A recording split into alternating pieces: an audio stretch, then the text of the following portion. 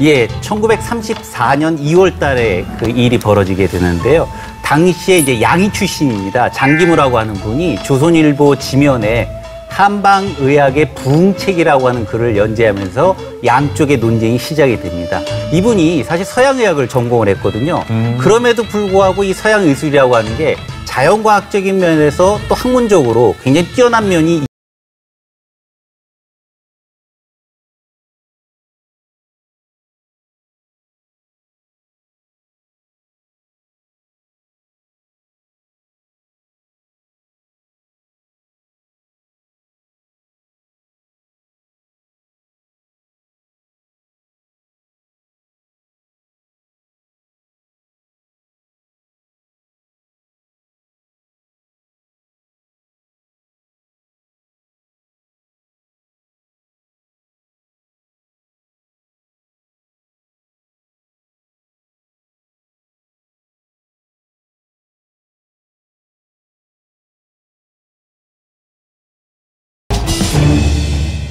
이런 논쟁을 지켜봤던 이제 와사다 대학 영문과 출신이지만 한의학을 독학했던 분이 있습니다. 그분이 이제 조헌영이라고 하는 분인데요. 이분이 이제 동서의학 비교 비판의 필요라고 하는 이제 글을 갖다가 내게 되면서 그 글에는 뭐라고 주장을 하냐면 한의학과 서양의학이 서로 이제 상호 보완해야 된다라고 이런 주장을 하게 되는 거죠. 그래서 이제 논쟁이 굉장히 격렬하게 전개됐었습니다.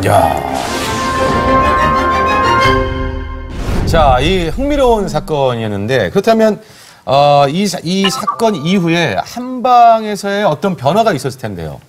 네, 그 일제강점기가 시작된 이후에 한 20, 30년 동안 굉장히 질식 상태에 빠져 있었습니다.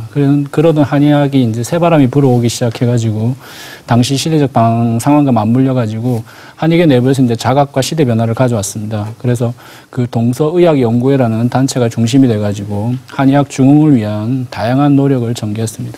이것 말고도 그 한의학 존폐 위협이 될 정도로 역사적으로 큰 사건이 또 있었다면서요? 그렇죠. 이제 그 1913년 11월 15일에 의생규칙이라는, 의사도 아니고 의생규칙을 발표해서 의료인이 아니라 그것도 의생이라고 이렇게 낮추고 그다음에 한의학을 말살하는 의도가 강했겠습니다. 그때 당시에 11년도에 처음으로 의생을 만들어 갖고 했는데 이에 많은 한의사들이 가만 안 있었죠. 붕괴해가지고 면회증을 거부하고 데모해가지고 정책적인 잘못으로 인해서 한의학의 명맥이 그때 당시에 일제하에서 없어질 뻔했던 그런 심각한 위기가 있었습니다. 야, 이게 보면은 일본이 뭐 여러 방면에서 탄압을 했는데 어떻게 보면 의학도 탄압을 해서 이게 어떻게 보면 국민의 건강을 담보로 해서 탄압을 한 거 아니겠습니까? 이거 보면 한의학의 위기가 또 있었던 거죠? 예, 그렇죠, 사실은. 이게 이제 1950년 한국전쟁 당시의 일인데요. 당시 이제 정부가 부산으로 피난을 갔지 않습니까? 근데 그때 당시에 국회가 국민의료법이라고 하는 걸 이제 만들기 위해서 논의를 시작하게 됩니다. 근데 이제 이때 당시에 양의사 그 단독으로 이 법을 갖다 추진을 하게 되는데요. 이 사실을 알게 된 이제 한의학과가 발칵 뒤집혔겠죠. 그래서 한의학을 제도적으로 살려야 된다는 그 이제 뜻을 모으게 되는데 이게 무슨 뜻이냐면 이게 만약에 법이 시행되면 한의사는 의사가 아닌 셈이 되는 겁니다. 그러니까 당연히 이게 동지들이 이제 뜻을 모으자고 해서 그 중심이 됐던 게 오인동계라고 하는 게 있습니다. 그래서 이 중심으로 해서 이걸 바꿔나가려고 한 노력이 이때 시작이 되게 됩니다. 일제 강점기를 겪으며 일제의 탄압으로 세퇴를 거듭했던 우리의 한의학. 그런 한의학이 아예 사라질 위기를 겪었었다고 하는데 1950년 양의사들만 의사로 인정받는 국민의료법의 제정이 논의되었다. 이 국민의료법에는 한의사 제도를 아예 없애거나 한의사의 자격을 격화시키는 내용을 담고 있었는데 이런 한의학 말살 위기에서 한의학을 지켜내기 위해 뭉쳤던 5인의 한의사들. 개회석상에서 증언을 하는 등 양방 의사들에게 맞서 한의학을 지키기 위해 고군분투했던 그들. 한의학의 가치를 인정받아 한의학이 포함된 국민의료법이 통과되었다. 아, 이렇게 한의학의 존폐 위기에도 정말 자존과 긍지 하나로 한의학을 지켜낸 오인 동지의 노력과 열정이 있어서 지금의 한의학이 있는 것 같습니다. 대한민국의 독립을 위해서 33인이 계셨다면 이 한의학에는 이 5인이 계셨네요. 어떻게 보면. 예, 맞습니다. 예. 그러면 도대체 무슨 이유로 한의사 자격을 격화시키는 국민의료법이 시행된지가 너무 궁금합니다. 예, 이제 안타깝게도 당시 정부가 일본이 이제 우리나라를 식민 지배할 때 시작했던 그런 정책을 이제 그대로 답습을 했던 거죠. 그래서 이제 그러한 상황이 됐습니다. 자, 만약에 이때 그 5인 동지회가 없었다면 오늘날의 한의학은 어떻게 됐을까요? 그렇죠. 독립을 위해서 노력했던 독립투사들처럼 5인 동지회가 없었으면 한의학은 없어질 가능성이 높았습니다.